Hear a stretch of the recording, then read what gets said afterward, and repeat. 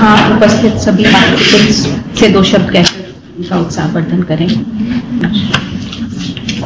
नमस्कार मित्रों, आज की इस कार्यक्रम में उपस्थित देश के शिक्षा और विदेश राज्य मंत्री आदरणीय आर सिंह जी, स्कूल शिक्षा विभाग के आदरणीय सचिव अनीता जी, उच्च शिक्षा विभाग के आदरणीय सचिव संजय मूर्ति जी, स्किल डेवलपमेंट एंड एंटरप्रेन्योरशिप विभाग के सचिव आदरणीय राजेश अग्रवाल जी, एआईसीटी के चेयरमैन, एनसीवीटी के चेयरमैन, एनसीईआरटी के चेयरमैन तथा विभाग के वरिष्ठ अधिकारी मित्रगण, टेक्नोलॉजी की प्लेटफॉर्म पे जुड़े हुए अन्य स्थान पर बैठे हुए स्कूल विद्यार्थी भाइयों और बहनों और मित्रगण, अधिकारी मित्रगण,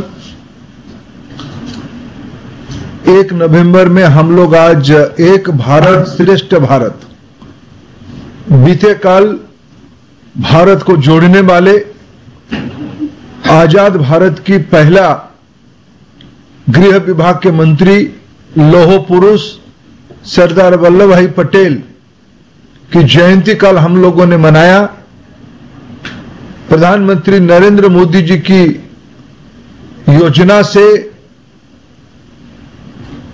आज हम एक भारत श्रेष्ठ भारत, अभी सरदार साहब का एक टिप्पणी हम लोगों के सामने आई। मुल्क को जोड़ने के लिए, देश को जोड़ने के लिए उन्होंने क्या कदम उठाए। अगर हम 2019 अगस्त महीने में कुछ बातों को याद करते हैं, सारा देश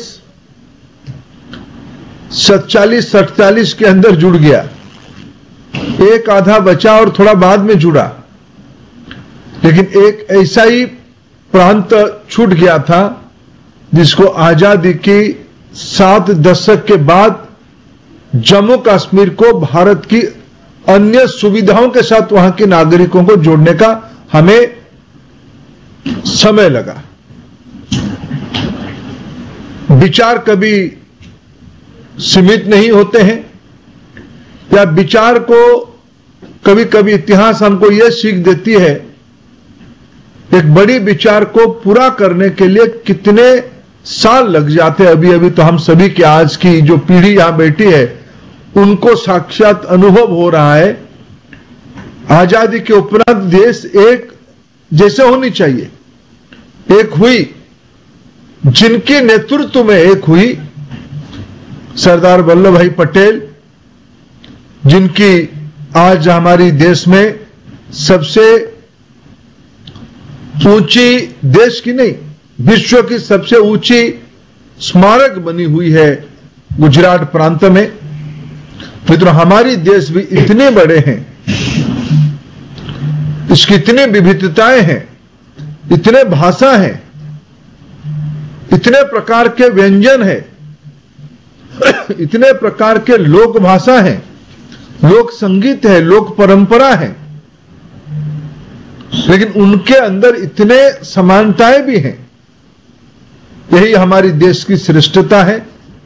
आज शिक्षा विभाग की पहल से जो 3 आयाम जुड़ा किया है, एक जैसे मैं आपके सामने अभी आराम से मलयालम को भी पढ़ सकता हूं। मैं अगर आपको सुदूर केरला की मलयालम में पूछूं आपका नाम क्या है, उसको मलयालम में अगर मेरे को असहज है शिक्षा विभाग की इस पहल के कारण, निंगलुडू पेरू एंथुनु, ये मैं मलयालम में आपका नाम क्या है ऐसे मैं पूछ सकता हूं। अगर मैं कोंकणी में इसी विषय को, कोंकणी में मैं आपकी नाम क्या है इतना ही आपको पूछूं,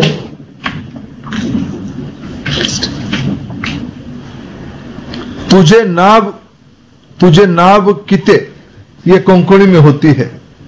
ऐसे आज पंजाबी में अगर उसी विषय को मैं आपको पूछूं कि आपका नाम क्या है, पंजाबी में उसकी अर्थ ये होगा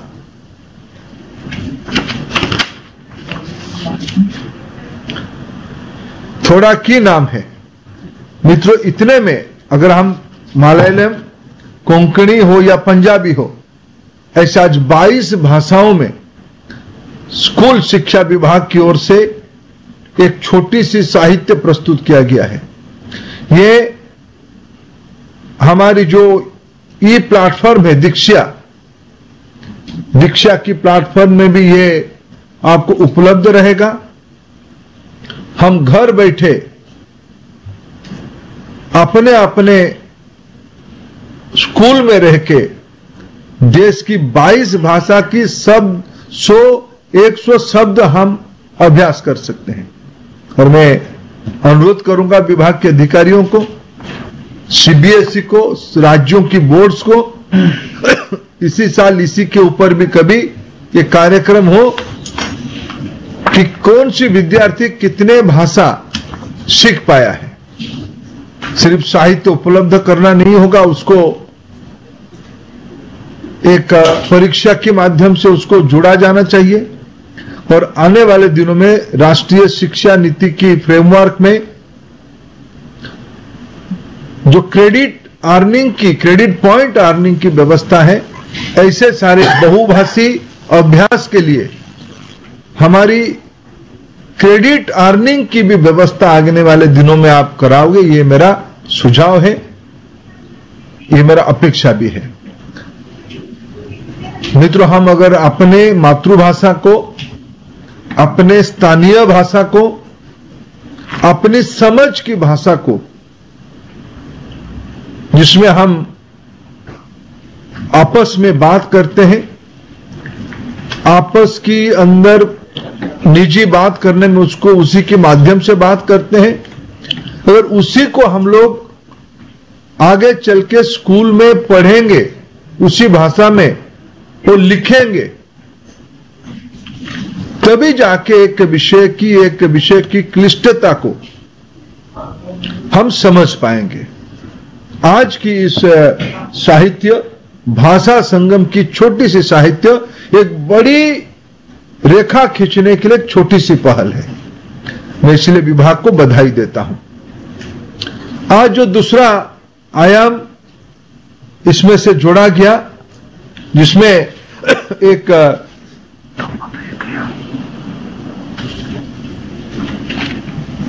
इनोवेशन सेल की ओर से ऐसे इसी का थोड़ा एक अलग प्रारूप, अलग वर्जन आप एक डाउनलोड करने का आज हमको सुविधा मिला, शायद ये गूगल प्ले स्टोर में भी मिलेगा।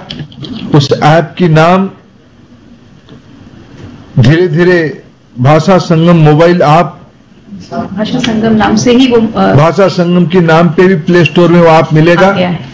उसको एक सारे विद्यार्थी, सारे कॉलेज गोइंग विद्यार्थी, सारे नागरिक, भाषा सीखने की उम्र तो कुछ नहीं होती है, लोग अंतिम समय तक उसको पढ़ते हैं, समझते हैं।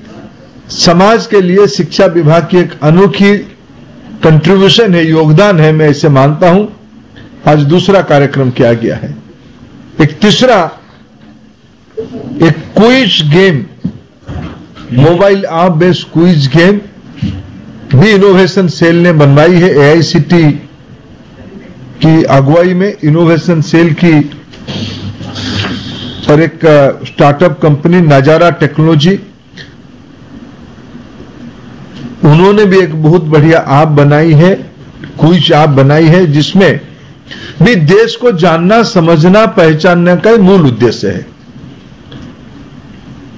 हमारी देश में शिक्षा को रोचक बनाने के लिए, स्कूल जाने को रोचक बनाने के लिए, ज्ञान अर्जन को रोचक बनाने के लिए डर से बाहर ले आके उसको मनोरंजन के माध्यम से, खेल के माध्यम से उसको इंटरेस्टिंग बनाना, रोचक बनाना, यह राष्ट्रीय शिक्षा नीति की एक बहुत बड़ी संदेश है, बहुत बड़ी रिकमेंडेशन है। इसी दिशा में एक भारत श्रेष्ठ भारत अभियान के तहत स्कूल शिक्षा विभाग और उच्च शिक्षा विभाग और स्किल विभाग आने वाले दिनों में माईगव ने भी सर ऐसे कुछ इनिशिएटिव लें जिसमें रोजमर्रा की जो स्किल की आवश्यकता होती है वे भी कैसे एक सहज तरीके से नई पीढ़ी के अंदर पहुंचे, विभिन्न आयु वर्ग के पास पहुंचे, यही हमारी उद्देश्य होनी चाहिए। ये सारे करते हुए हमारी जो सरकार की आज आईटी मिनिस्ट्री है, जिसके अंदर माईगॉव नामक एक बहुत व्यवस्थित और सुंदर, जब हम सुंदर कहते हैं, जब यूजर फ्रेंडली होता है तब जाके उसको हम सुंदर कहते हैं। आज एक यूजर फ्रेंडली पोर्टल माईगॉव के नाम पे हमारे सामने है, उनका भी इस इनिशिएटिव में पार्टनरशिप रहा। इसलिए मित्रों, ये देश के बारे में आत्मीयता बढ़ाना, देश को पहचानना, देश की श्रेष्ठताओं को लेके गर्व महसूस करना, उसी के लिए आज की ये कार्यक्रम समर्पित है। सरदार वल्लभ भाई पटेल को इस अमृत काल में, आजादी की 75 साल जब हम मना रहे हैं, ये अमृत काल है। कोई भी व्यक्ति, कोई भी समाज, कोई भी प्रवाह के लिए बहुत महत्वपूर्ण कालखंड ये होता है।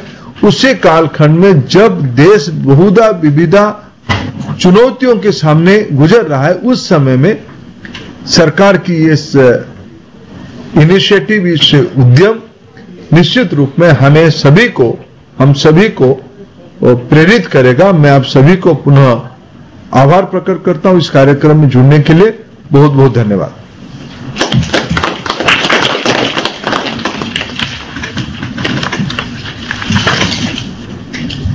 हमारे साथ जुड़ने के लिए आप सबका बहुत बहुत धन्यवाद।